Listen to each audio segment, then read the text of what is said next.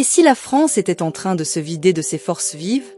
Si votre patron, le chef d'entreprise de votre région, ou même ce célèbre créateur de start-up que tout le monde admire, préparait ses valises dans le plus grand des secrets?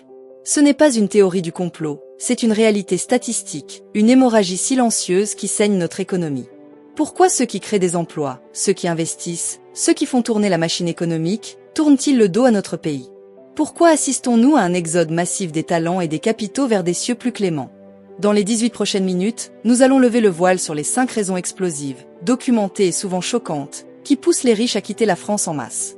Spoiler alerte, la fiscalité n'est que la partie émergée de l'iceberg. Préparez-vous, parce que ce que vous allez découvrir va remettre en cause tout ce que vous pensiez savoir sur la situation économique de notre pays. Restez jusqu'au bout, le numéro 1 va vous estomaquer.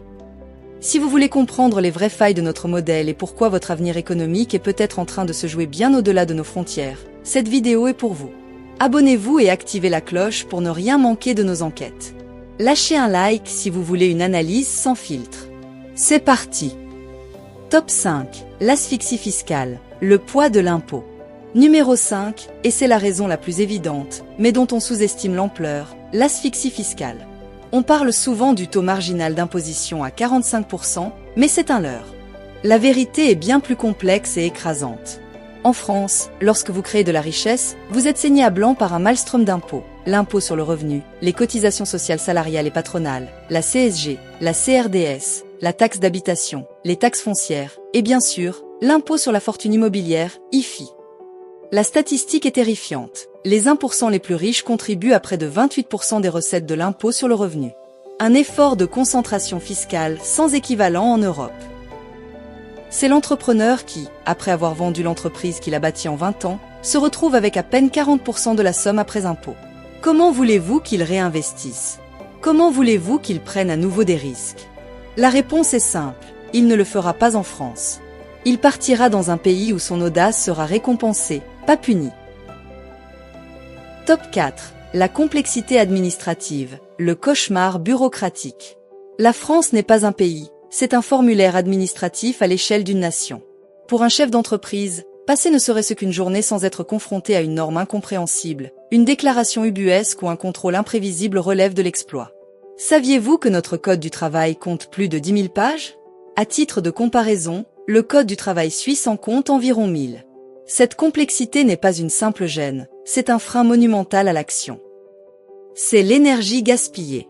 L'énergie que l'entrepreneur devrait consacrer à l'innovation, à la stratégie, à ses employés, il la dépense à comprendre les méandres des directives de l'URSSAF ou de la DRIL. Cette fatigue administrative use, démotive, et finit par convaincre que la bataille est trop inégale. Pourquoi se battre contre un mur de paperasse quand d'autres pays vous déroulent le tapis rouge? Top 3. Le climat anti-entreprise et la judiciarisation. Nous arrivons au numéro 3, une raison plus sournoise et tout aussi dévastatrice, le climat anti-riche et la judiciarisation de la vie économique. En France, la réussite n'est plus une fierté, c'est souvent un délit présumé. Le discours public et médiatique entretient une défiance systémique envers ceux qui réussissent, les présentant non comme des modèles, mais comme des profiteurs à abattre. Cette défiance a un nom, la morale de l'envie. Elle se traduit par une insécurité juridique croissante. Les lois sont rétroactives, la fiscalité change tous les 6 mois, et la peur du procès en optimisation fiscale abusive ou de la mise en examen pour abus de biens social plane en permanence. La conséquence humaine est une anxiété permanente. Vous avez bâti un empire? Vous êtes un suspect. Cette pression psychologique est intolérable. Quand on se sent haï dans son propre pays, quand on sent que la société vous considère comme un ennemi, la tentation de plier bagage devient irrésistible. On part chercher un endroit où la réussite est applaudie, pas suspectée. Nous en sommes déjà à la moitié, et si ces vérités vous parlent, si vous sentez que comprendre ces mécanismes est essentiel pour notre avenir collectif, alors abonnez-vous à cette chaîne dès maintenant. Chaque like, chaque commentaire où vous me dites quelle raison vous semble la plus grave selon vous, permet de faire monter ce sujet crucial dans les algorithmes. Les 2 prochaines raisons sont les plus profondes, les plus destructrices à long terme. Ne partez pas.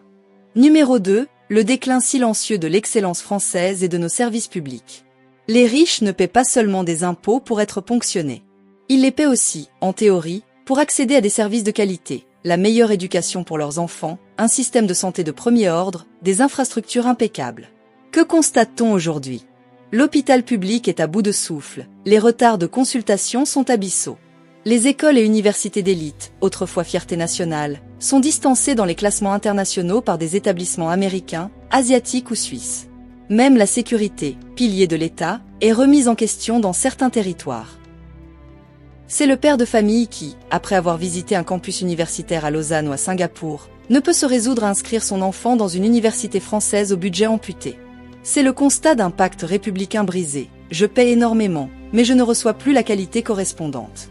Alors, ils partent s'installer dans des pays où leurs impôts, parfois moins élevés, offrent en retour des services efficaces et une qualité de vie tangible.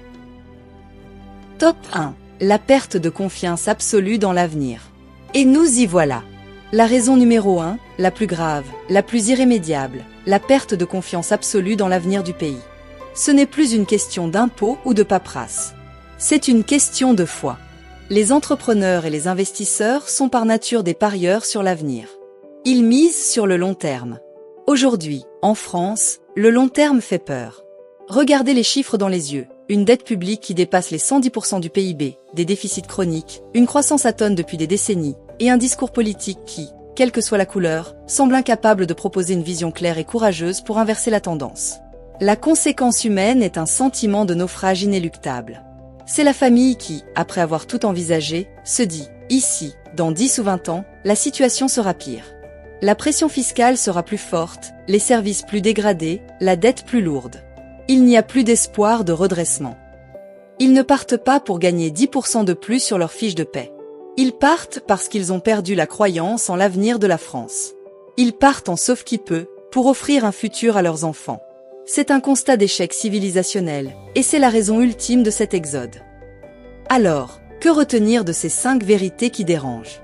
L'asphyxie fiscale, l'enfer administratif, le climat de défiance, le déclin des services, et surtout, la perte de confiance. Ce n'est pas un tableau joyeux, mais c'est la réalité que des milliers de Français qui fuient constatent chaque jour. Mais cette vidéo n'a pas pour but de vous désespérer. Au contraire, comprendre le mal, c'est le premier pas vers la guérison. La France possède des atouts immenses, son tissu industriel historique, sa culture, son art de vivre, le talent de son peuple. La solution n'est pas de haïr ceux qui partent, mais de créer les conditions pour qu'ils aient envie de rester. Et pour que ceux qui sont partis aient envie de revenir. Cela demande un courage politique et un débat national dont nous avons été privés jusqu'ici. Si cette analyse vous a éclairé, partagez-la massivement. Faites-la voir à vos élus, à vos amis, à votre famille. Le déni est notre pire ennemi. Likez si vous voulez plus d'enquêtes de ce calibre, et abonnez-vous pour ne manquer aucune de nos prochaines analyses. La France mérite plus qu'un adieu. Elle mérite un sursaut. À nous de l'écrire. Merci d'avoir suivi jusqu'au bout.